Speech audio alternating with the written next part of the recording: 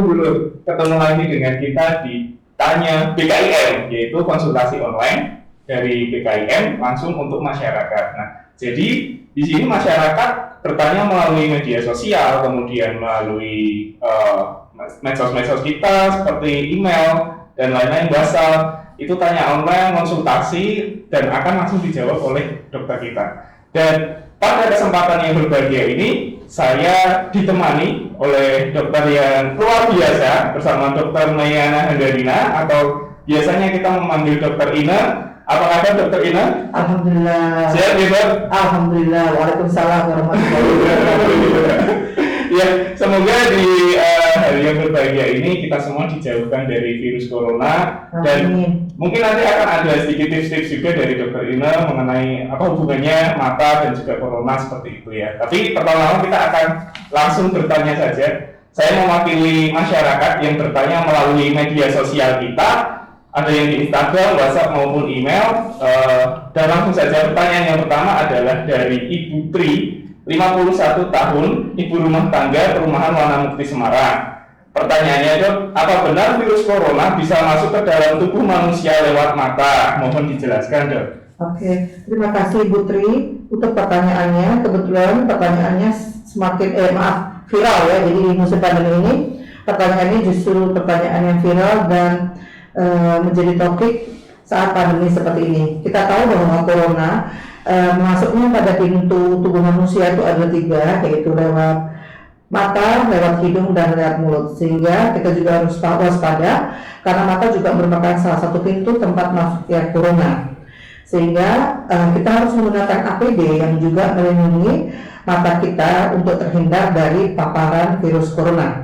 Selain 3M yang sudah disosialisasikan di masyarakat, yaitu memakai masker, mencuci tangan dengan sabun, dan menjaga jarak, otomatis kita juga menambah dengan perlindungan diri, yaitu dengan APD, yaitu kalau memang kita merasa bahwa kita berada pada suatu kerumunan atau komunitas yang punya risiko penularan yang cukup tinggi, mungkin sebaiknya kita menggunakan alat pelindung.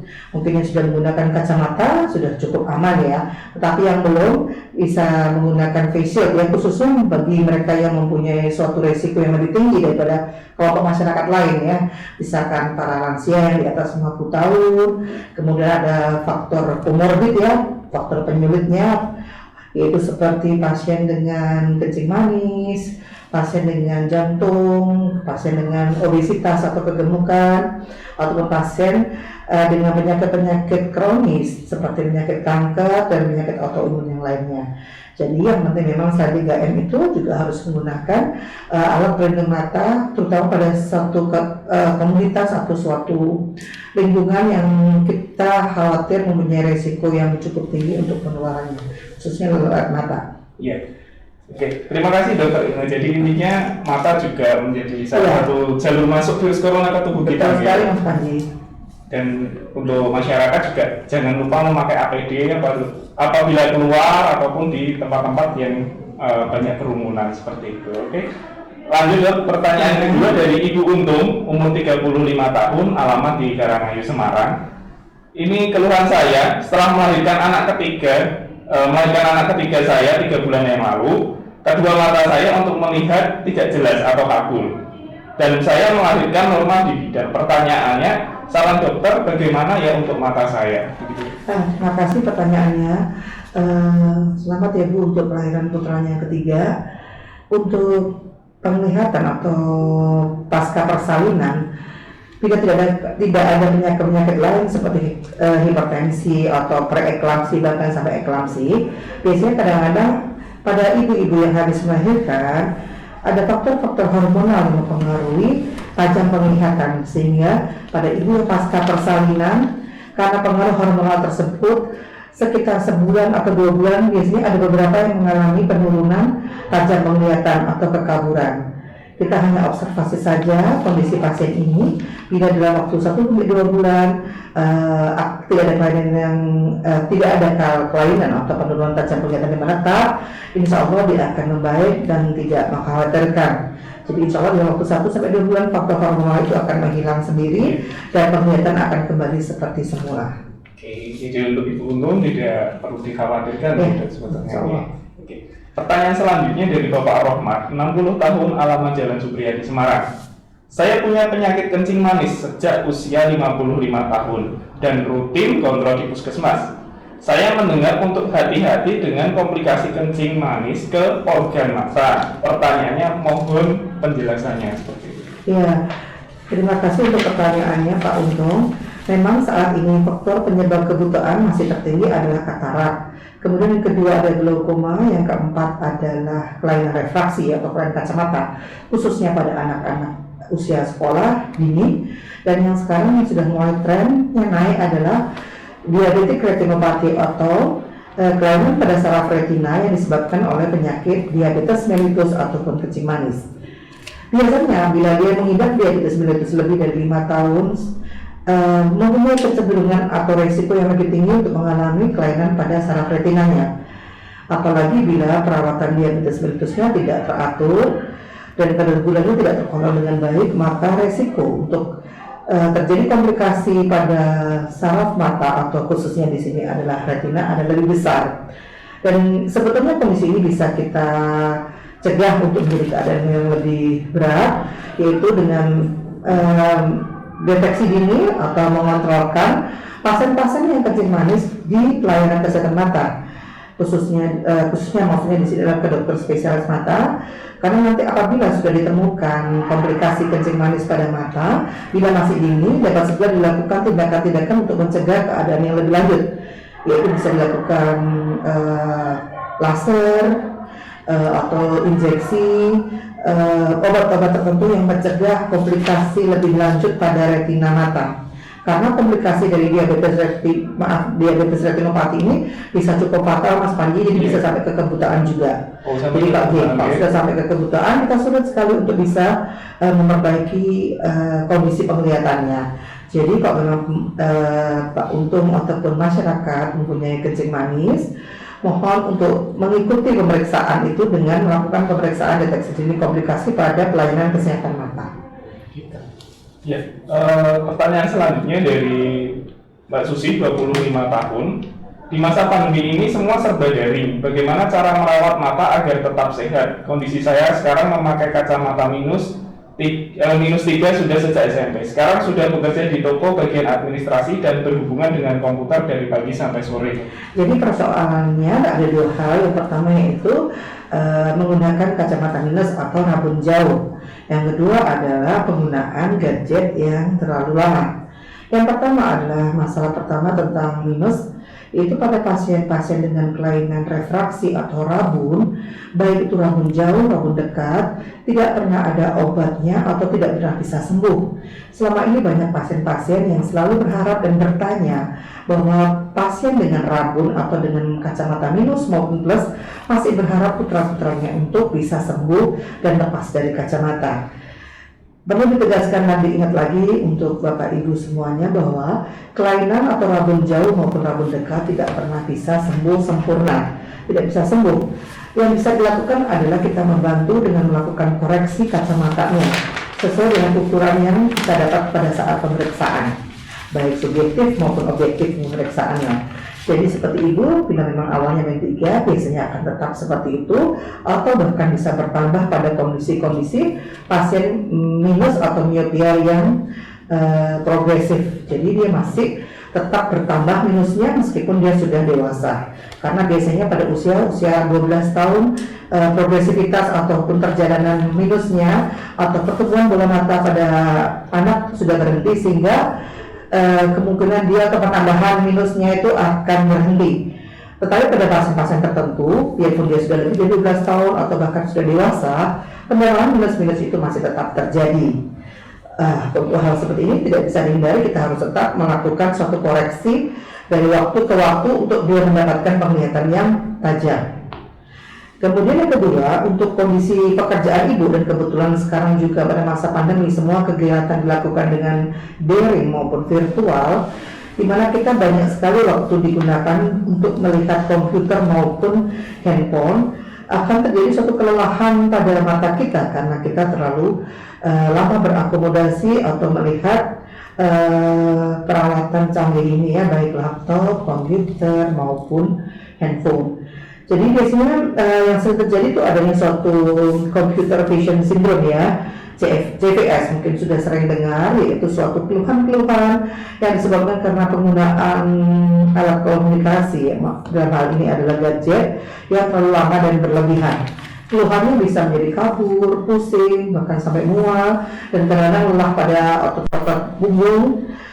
Biasanya kita bisa atasi ini dengan menggunakan cara siasati dengan 20 roll ya, 20 rolls ya. Jadi yang pertama, setiap 20 menit kita melihat gadget ataupun komputer, kita berhenti sebentar dengan melihat jarak yang jauh sekitar 20 feet, itu sekitar 7 meter ya, selama 20 detik. Jadi 20 roll atau rumus 20 ini dicoba dilakukan oleh anak-anak, karyawan maupun karyawati untuk mencegah terjadinya computer vision syndrome, yaitu suatu kelelahan yang bisa mengganggu aktivitas ibu-ibu maupun bapak-bapak serta anak-anak.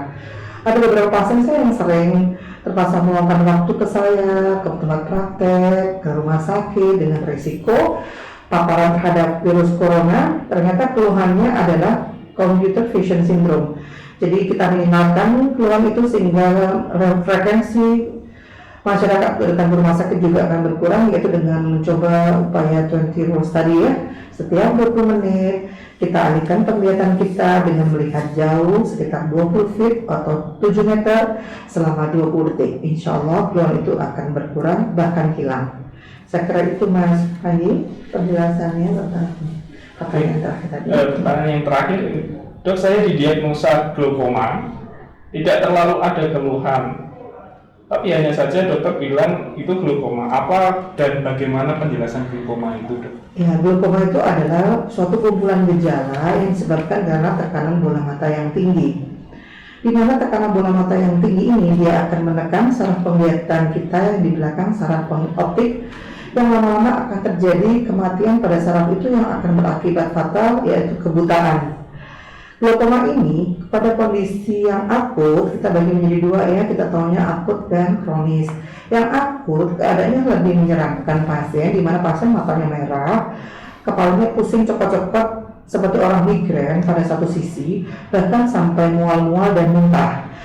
Dan biasanya terjadi suatu kekaburan atau kehilangan penglihatan yang cukup bermakna sekali, yang membuat dia berangkat ke sarana kesehatan. Justru keadaan menyenangkan ini sebetulnya justru menguntungkan pasien karena dia mendapatkan tanda-tanda bahwa ada suatu permasalahan pada matanya, khususnya penglihatannya. Ini adalah gejala glaukoma akut, di mana kekaburannya disebabkan karena bengkaknya lapisan pelangi kita di depan karena tekanan bola mata yang tinggi, sehingga cairan di bola mata merembes pada lapisan pelangi kita yang bening, sehingga terjadi keteruhan pada lapisan pelangi itu, mengakibatkan penglihatan kita menjadi kabur. Itu pada kondisi yang akut. Biasanya dengan pengobatan dan masih merupakan gejala yang awal-awal, bukan suatu keadaan yang lanjut, insya Allah dia bisa akan pulih 100%, meskipun kadang-kadang harus diikuti dengan tindakan-tindakan pembedahan untuk menghindari terjadinya serangan ulang. Yang menjadi hal yang memprihatinkan yaitu apabila glaukoma yang kronis, di mana seperti pada pasien ini dia mengeluh tidak ada keluhan yang berarti, tapi dokter mengatakan dia terkena oleh glaukoma. Biasanya pada terkena glaukoma terjadi 3 hal yang utama, yaitu 1, tekanan bola matanya tinggi. Kedua, karena bisa nggak tinggi juga bisa. Yang kedua, diikuti dengan gangguan lapangan pandang. Di lapang pandangan kita, perifer khususnya itu jadinya menyempit.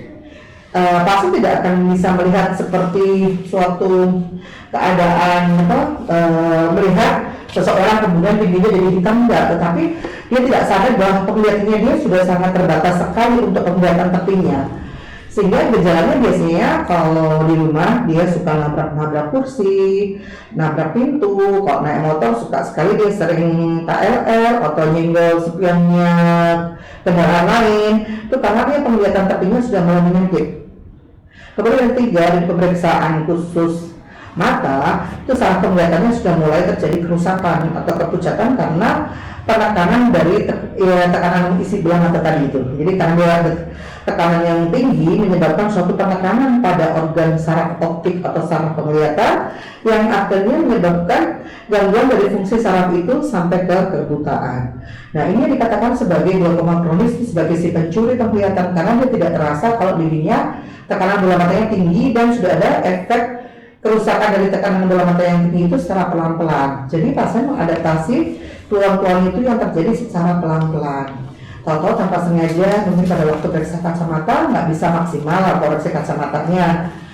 Ternyata kemudian dicoba ingin dilihat sarafnya, setelah diperiksa ternyata sudah glaukoma lanjut. Jadi untuk mencegah seperti itu, seperti pada pasien-pasien diabetes retinopati, kita lakukan screening dini secara aktif di masyarakat, yaitu dengan cara memeriksakan diri pada usia di atas 40 tahun. Kebetulan di atas 40 tahun kan kita butuh kacamata untuk baca. Sekarang itu kita coba cek apakah ada glaukoma dengan melakukan pemeriksaan tekanan bola mata. Bila ada kecurigaan, baru kita lanjutkan dengan pemeriksaan yang lain. Justru malah yang berbahaya itu yang tidak ada keluhan tadi. Ya betul sekali. Si pencuri penglihatan Mas Panji. Jadi kita nggak ngerasa atau datang ke sini dalam keadaan sudah cukup lanjut gitu. Nggak sengaja dia diperiksa glaukomanya karena dia sedang butuh kacamata baca dan lain-lain gitu. Oke, baiklah dulur-dulur semua masyarakat. Tadi ada beberapa pertanyaan yang masuk ke kita dan sudah dijawab langsung oleh dokter kita, yaitu Dokter Ine, spesialis mata. Dan untuk selanjutnya ditanya BKIM selanjutnya, dulur-dulur semua bisa mengirimkan pertanyaan atau keluhan atau sekedar bertanya juga bisa ke medsos kita di Instagram, kemudian di Twitter juga ada, Facebook ada, WhatsApp ada, email juga ada. Semua bisa bertanya langsung, tetapi kalau memang harus ada tindakan atau pemeriksaan lebih lanjut ya tetap harus datang ke sini gitu. Ya, mungkin segitu saja ya semua dulu-dulu BKIM. Sampai jumpa di Tanya BKIM selanjutnya. Assalamualaikum warahmatullahi wabarakatuh. Waalaikumsalam warahmatullahi wabarakatuh.